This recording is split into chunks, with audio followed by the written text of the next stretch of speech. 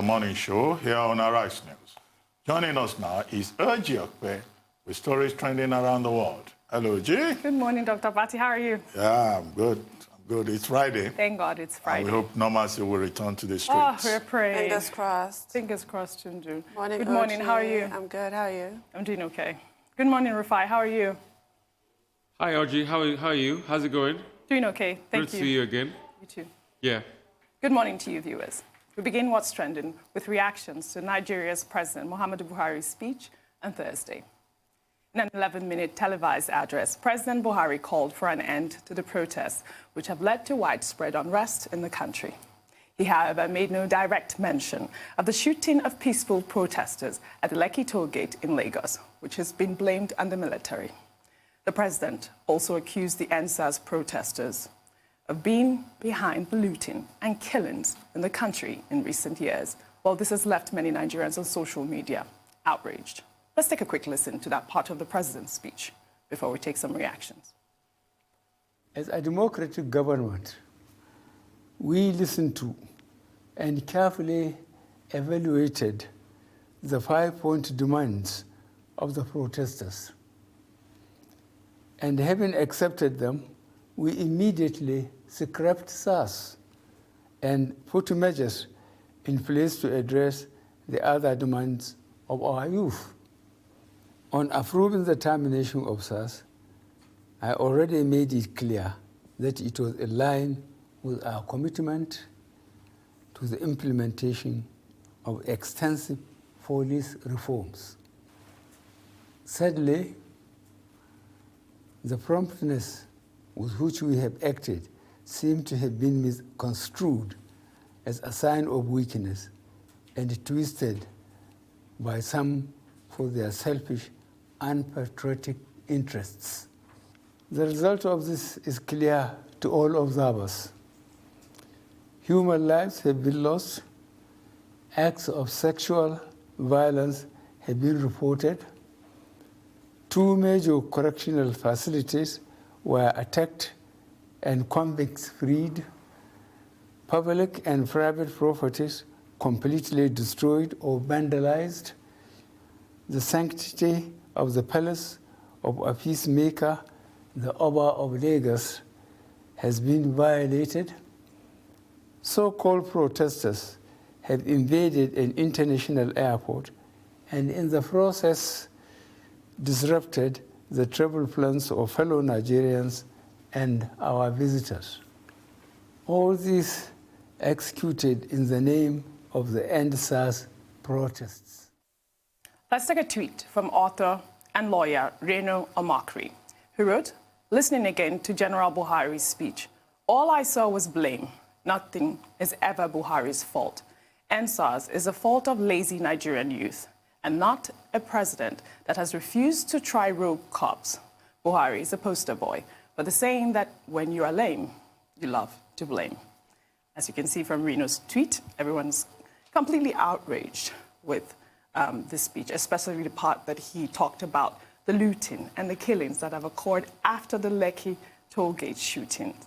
I mean, the fact also is that he didn't address the shootings. And that's one of, yes, he skipped it. And it's really heartbreaking to know that he did that. I'll take another tweet before we discuss from a Harriet, who wrote, I listened to your speech, sir. I personally expected some kind of empathy for families that lost their loved ones in this crisis. Are you angry with your children, sir? To be a true father, it's not easy. It's not an easy task. We're asking you to be a true father to all Nigerians. Tundu.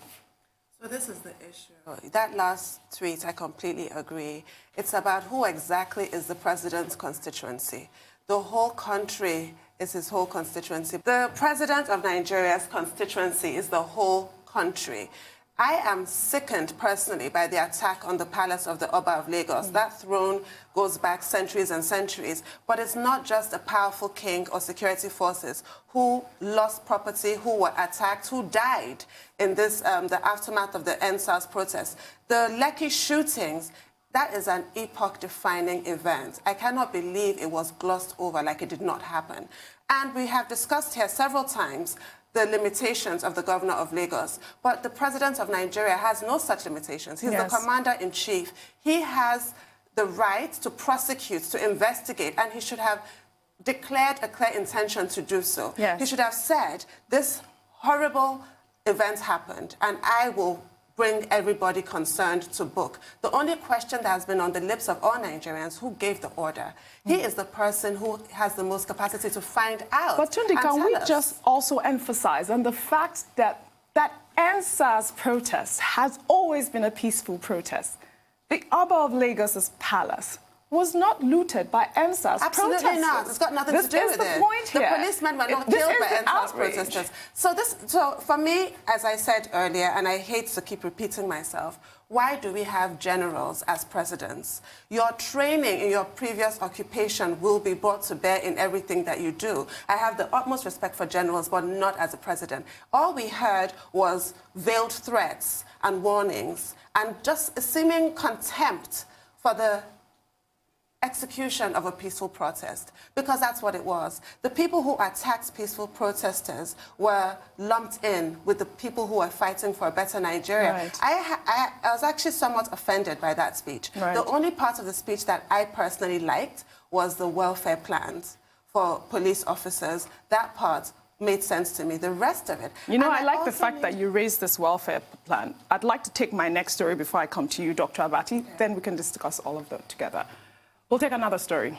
Hundreds of residents of Lagos on Thursday invaded a warehouse where suspected COVID-19 palliatives were stored.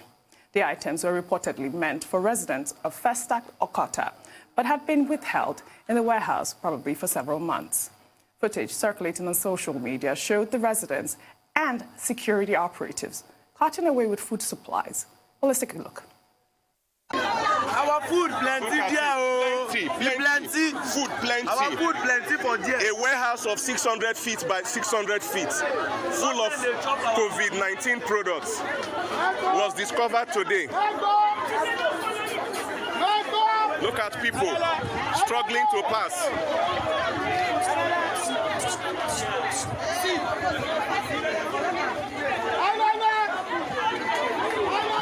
This incident has been going on since 7 a.m. As I speak with you, sources say the warehouse has not gone off. Palliative that were supposed to be given to people during the COVID-19 period was hidden away in a warehouse, and Nigerians were dying of hunger and starvation. Look at this man struggling to survive. Yes, can you imagine? Look at him. Something that is supposed to be brought to his home. This thing for the past 2 hours. Look at it. It is still full. You know You mean?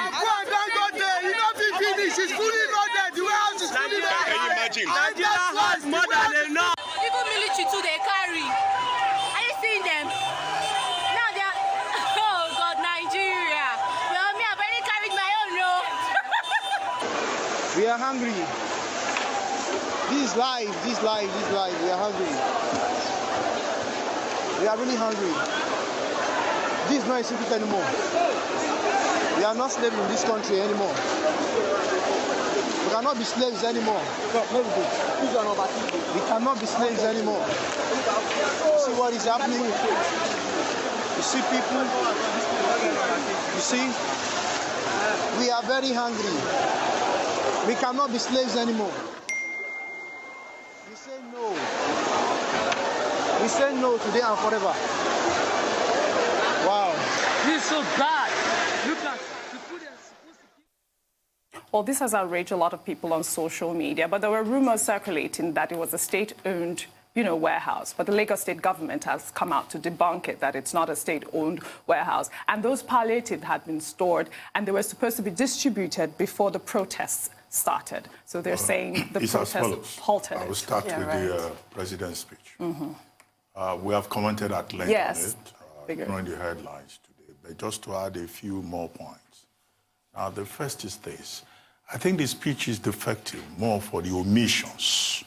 And I know some people don't like to hear it when I say, well, we should blame the president's handlers or complain about the incompetence of his speechwriters. I had praised them in the past, but whoever wrote the draft for this actually dropped the ball. Yes. Now, you'll recall that before now, during the Presidential Youth Empowerment Scheme, when the president spoke about the protests, he talked about having ordered an investigation into the crisis in Lagos and other parts of the country. And he promised on that occasion that justice will be done, that whoever is found guilty of any form of police brutality or extrajudicial killing, that person will be brought to justice. That was a line that came out of the mouth of the president. The speechwriter forgot to put it in there. Second, when the Minister of Youth and Sports Development had audience with the president to brief him, and he came out.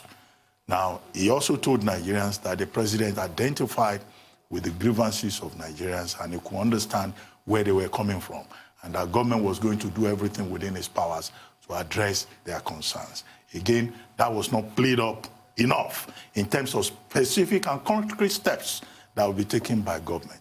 Now, let us also remind ourselves of the fact that on Wednesday, in a series of tweets, the vice president said, address the issue of the reported killings or shooting, as it were, whatever phrase they choose to use, at the Lekki Tollgate Plaza in Lagos.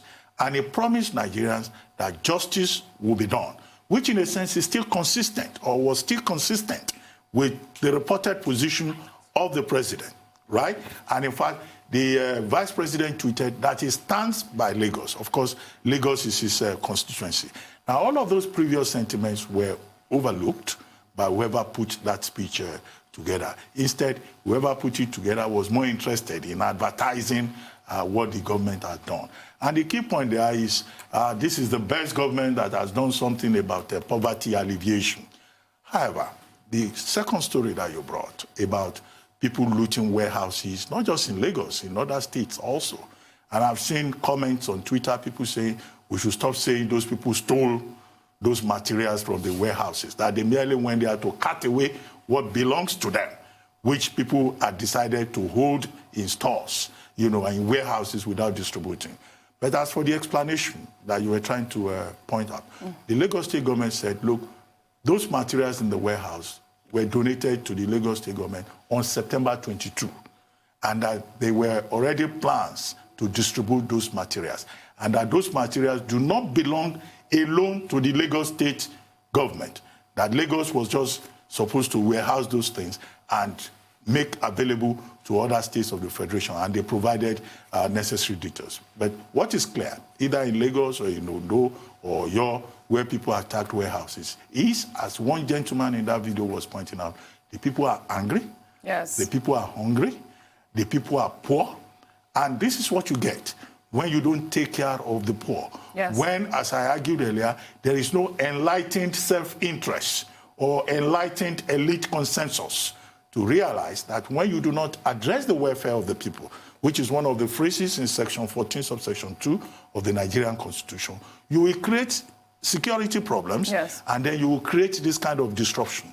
As for the staff of office of the Oba of Lagos, or the attack on the palace of the Oba of Lagos, which Tundun referred to, well, Eko princes and princesses, they've issued a statement yesterday, and they have said that the gentleman who took the staff of office, the Okpe of the Oba of Lagos, has committed great sacrilege, and that he should return that staff of office within 48 hours. Because the princes and princesses, they know who their king is, and they do not intend to arrange a coronation for somebody who stole the staff of office of the Oba of Lagos. You know, the staff of office is a symbol of authority. Yeah. So at this moment, the authority in the palace is with one young man who has been told, bring that staff within 48 hours or else. I don't know what that or else is. You better not find out. Rufai, before I come to you, I'd like to take our final story, but I also want for you to comment on the security operatives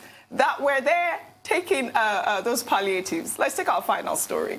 I mean, before you comment, let's take our final story, right? Okay. Well, Nigerians across the globe have trooped out in their numbers in solidarity with the victims of the Lekki shootings. In South Africa, demonstrators draped in national colors, marched to the Nigerian Embassy in Pretoria, demanding that the ambassador sign a memorandum of understanding with NSAS protesters while chanting liberation slogans. Let's take a quick look.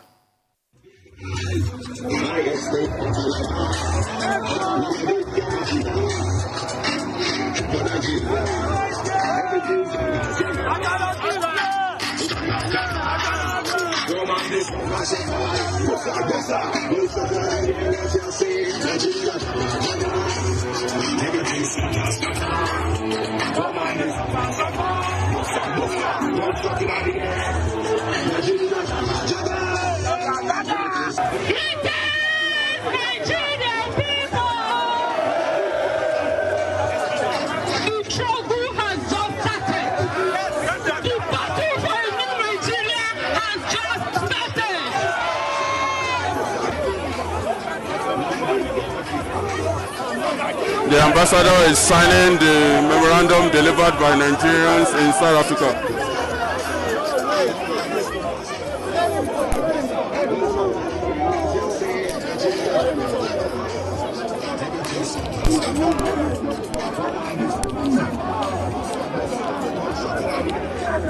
You're right, that was a great movement in South Africa. But I love your comment on both stories. Yeah, that was a great moment in South Africa. Like, Nigerians have been protesting in every part of the world as regards NSAS and everything that came out of it. But I'll just cascade a couple of comments down. Maybe let me start from the president's speech and see if I can segue into people cutting away food and taking food away from that warehouse. Number one, we've said a lot about the president's speech, but I just want to say this. There are a lot of hearts that are hurt out there, and a lot of lives have been lost. I don't know if my words are going to ring through, but I just hope that these hearts that are hurting find the consolation of God alone, because it is only God that can console man, not the flowery words of men can console man. I pray these families that have lost lives, they should find the consolation of God this season at a very tough time. I pray for everybody that's been traumatized out there, they can just find that consolation and solace, because it's a difficult time, but we want things to calm down. Secondly, people cutting away food, it's indicative of what is happening in the country. There's hunger in the land. We can't deny the fact. I was talking to a Ghanaian. He said, and he told me this. I was in Accra then, and he said, your country used to boom a lot in the 70s. He said, I remember that if I go to the dustbin of a Nigerian, an average man. Well, unfortunately, we don't seem to have more time there. And that's all on today's edition of the Morning Show. Dr. Abati, I'd love for the director to pick up the Candlelight procession that was held for victims of the Lekki tollgate shooting.